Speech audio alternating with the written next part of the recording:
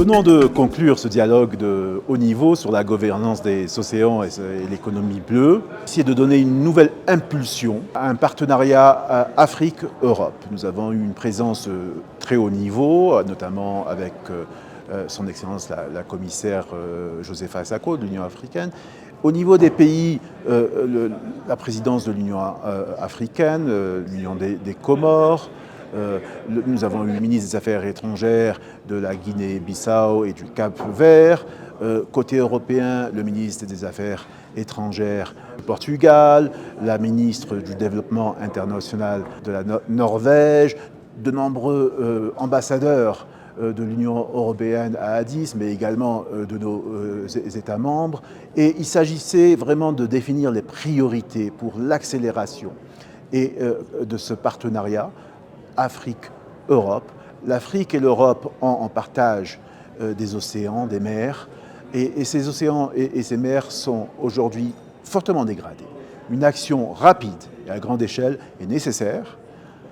C'est un bien commun collectif, global, un bien commun global, qui a un rôle fondamental et crucial par rapport aux questions de changement climatique, par rapport aux questions de biodiversité et par rapport aux questions de sécurité alimentaire. On ne peut pas se permettre le luxe de ne pas le faire ensemble, de ne pas renforcer la coopération afin de réussir, de relever ce défi, cette course contre le temps, parce que l'océan se dégrade, est dégradé déjà, il se dégrade à très grande vitesse.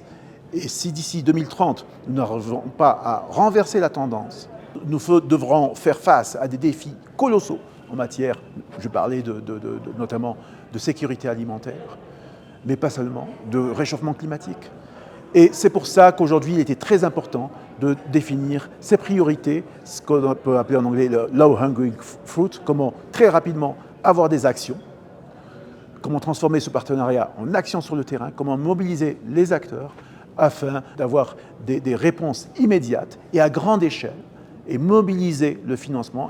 Un élément clé qui a été débattu, c'est le financement. Comment mobiliser ensemble ces financements qui sont là, qui sont existants, mais il faut mettre en place les cadres adéquats qui vont permettre à ces financements de soutenir, supporter cette ambition, cet effort collectif. Encore une fois, j'insiste sur la dimension collective pour pouvoir faire face à ces défis. Donc nous avons une feuille de route qui a été tracée et nous allons nous y atteler, notamment avec ces pays-là et bien sûr la CEA est pleinement dans son rôle pour soutenir cet effort et en travaillant également avec la Fondation Afrique-Europe, notamment sur la gouvernance des océans. Oui, 2030 est une date fondamentale, non seulement parce que c'est la date des objectifs de développement durable, mais par rapport aux océans, c'est vraiment, on a 6 ans pour inverser la tendance. Ce qu'on ne voit pas, c'est la disparition des phytoplanktons, qui sont dans la chaîne alimentaire un élément clé de cette chaîne-là. On a vraiment, après 2030, l'acidification des océans atteindra un niveau où on aura un seuil d'irréversibilité. On ne peut pas revenir en arrière. Donc on a quelques années et les projets, déjà les directions et les zones sur lesquelles agir, les acteurs, les jeunes, on a parlé avec justement le représentant des jeunes sur l'économie bleue, les jeunes sont porteurs de projets, ont des projets sur le terrain, mais ils font déjà des choses, mais ce n'est pas à l'échelle souhaitée. Et donc, on veut accélérer ce qui arrive déjà sur les jeunes et les jeunes femmes en particulier. Donc, la commissaire Sako a indiqué l'importance de travailler sur ces catégories de personnes parce qu'elles sont porteuses de projets. Elles mettent en place des choses, mais il faut que ce soit à un niveau beaucoup plus important.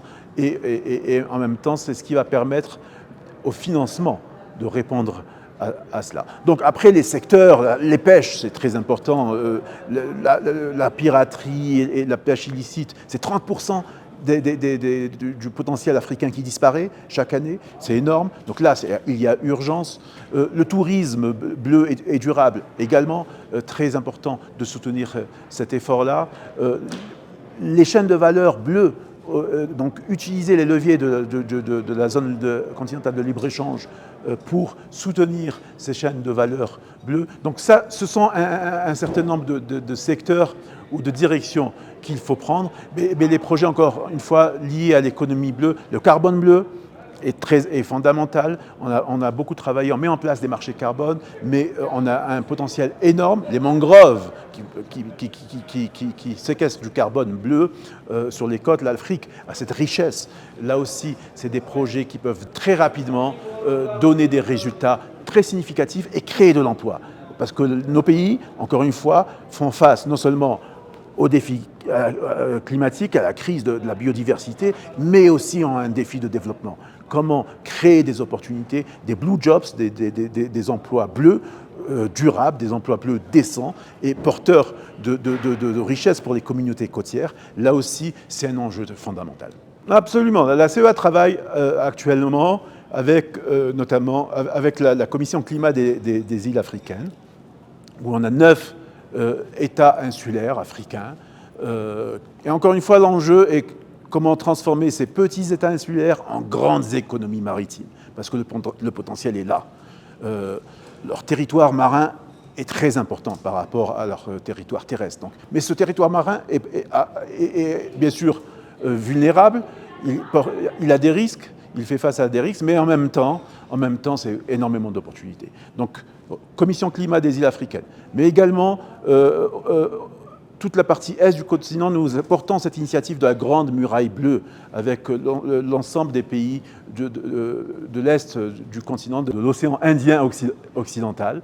Là aussi, cette initiative vise à fournir un cadre régional qui permet à ce qui se passe déjà sur le terrain, je parlais des jeunes porteurs de projets ou qui mettent en place des projets, qui leur permettent d'agréger ces projets ou de monter en puissance et pouvoir avoir une action beaucoup plus ambitieuse, beaucoup plus importante, donc accélérer et passer à une échelle beaucoup plus grande, ce qui va nous permettre de démontrer l'impact climatique de ces projets de grande échelle et du coup avoir accès à cette finance climatique. On a énormément de moyens et de ressources disponibles au niveau global pour soutenir des projets qui ont un impact climatique. Donc ce genre d'initiative avec ces pays-là, c'est une initiative pilote sur l'est du continent, mais on est en train de la développer maintenant au niveau de l'océan Atlantique, avec des pays africains côtiers de l'océan Atlantique, et aussi on explore aussi comment le faire au niveau de la mer Méditerranée pour avoir une grande muraille bleue